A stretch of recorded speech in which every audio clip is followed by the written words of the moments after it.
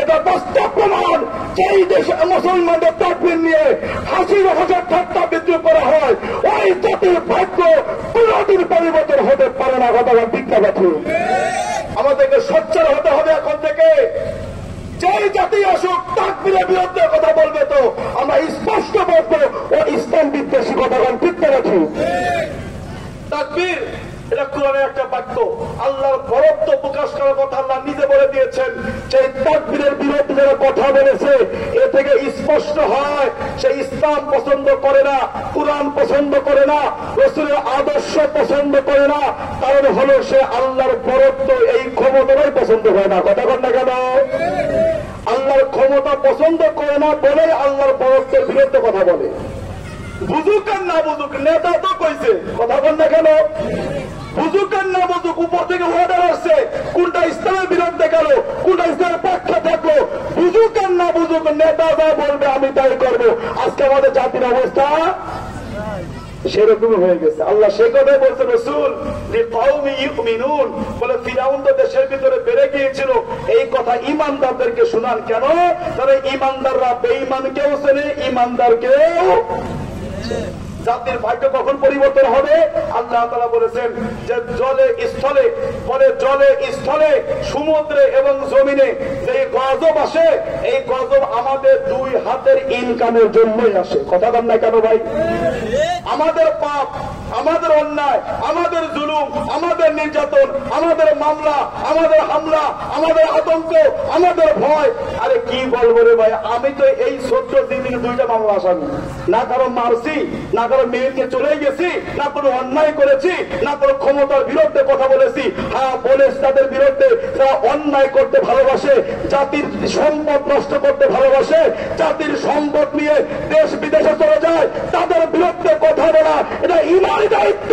যে বলবে না সেই আল্লাহকে ধরে খাতে কথা বল বিদ্যাবাথী। এটা ইমান দায়িত্ব নিয়ে কথাগুলো বলা হয়েছিল। কিন্তু চোর দেখলো যে আমার তো চুরি করার অবস্থা খারাপ, চোর কি করলো? বলো এই সমস্ত মৌলবীদেরকে যদি বন্ধ না করা যায় আমাদের চুরি আর চোর থাকতেছে না। শেষে কি হলো? ইমানদার যারা ছিল, ওলামা ইকরাম যারা ছিল, এদেরকে নিয়ে নীল নীল নকশা আঁকানো হলো, যে এই কথা থেকে উতরে আসছে। মুসা পয়গম্বর যখন কারুনকে বলেছিল ওয়া আহসিন, কারুন আল্লাহ তোমাকে যে সম্পদ দিয়েছে ওই সম্পদ দিয়ে তুমি মানুষের অনুগ্রহ করো, কামা আহসানাল্লাহ, আল্লাহ তোমাকে যেমন অনুগ্রহ করেছেন।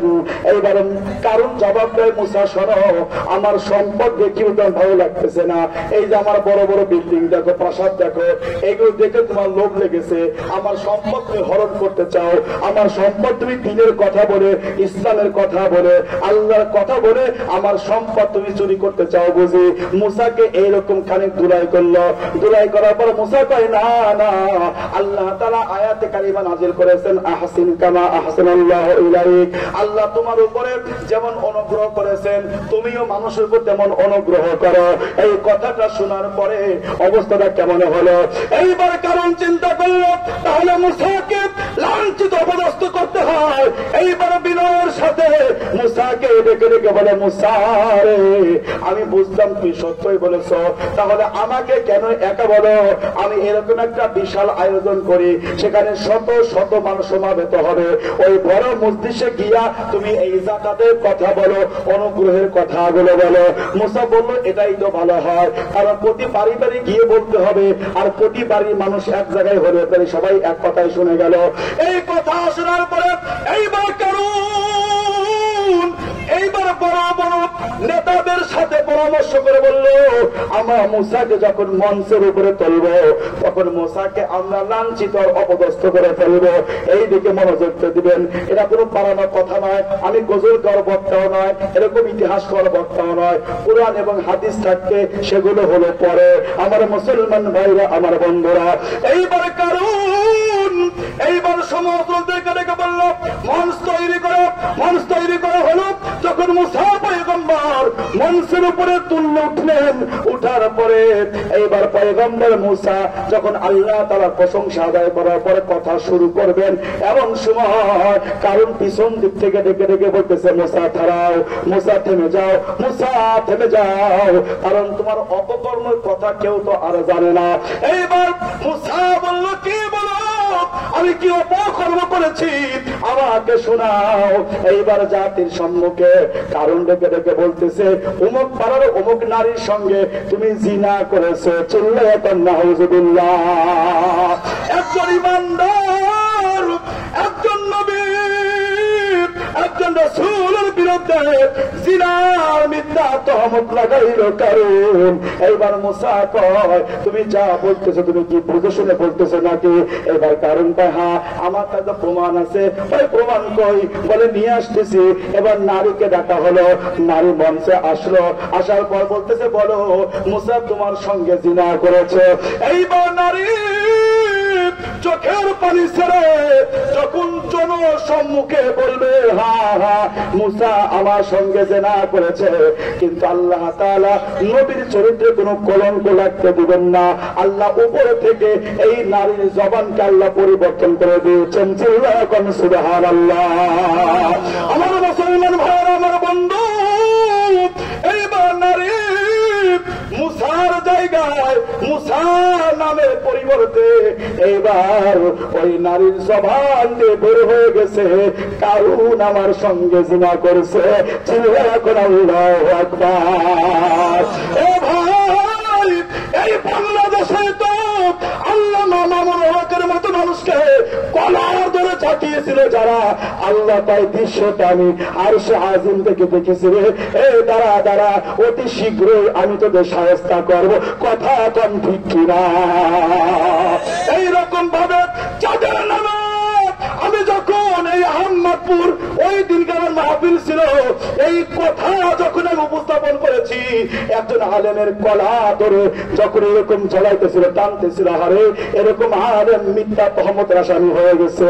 তিনি বারবার বলতেছেন, না না না, আমার মতো লোক জিনা করতে পারে না, অবৈধ কাজ করতে পারে না। তারপরে জুলুম করে জোর করে মামুনুল হককে স্বীকার করা হচ্ছিল। যখন এই কথাটা আমি উপস্থাপন করতেছিলাম, সূরা ফাসলের কথাটা বলতেছিলাম যে ওই যুগের কারণ এই যুগের এরা আলেমদের নয় মিথ্যা তহমত লাগানো শুরু করছে বলে কারণ, আর এদের মধ্যে কোনো পার্থক্য নাই। চেয়ারম্যান সাহেব পাশ থেকে বলে, হুজুর এই ওয়াজটা বন্ধ করে দেন।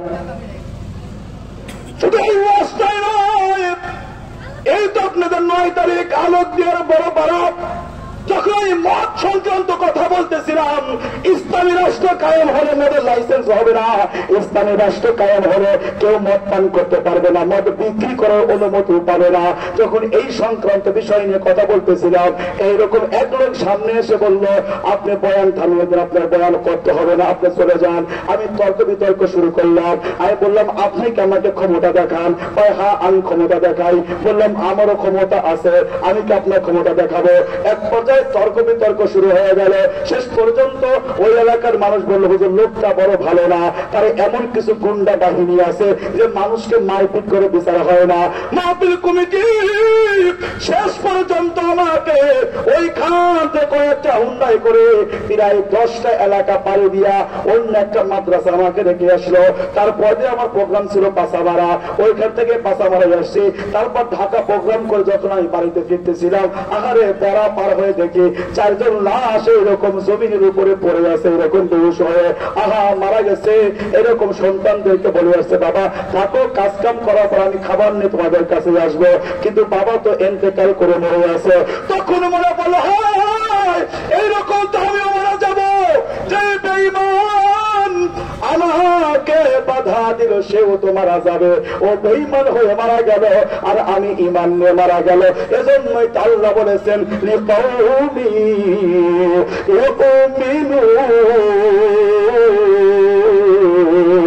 ইউমিনুন। এজন্য আল্লাহ নবী ইমানদারকে জানান, যারা ইমানদার আছে, আরে এই মুসার বক্তব্য, এই ফিরাউনের বক্তব্য, কারণের বক্তব্য তোমাদের জন্য, কারণ তোমাদের উপরে জুলুম আসবে, নির্যাতন আসবে, ধৈর্য ধারণ করো, সবর করো। এখন বলেন তো এই কথা কি আমার না কোরআনের?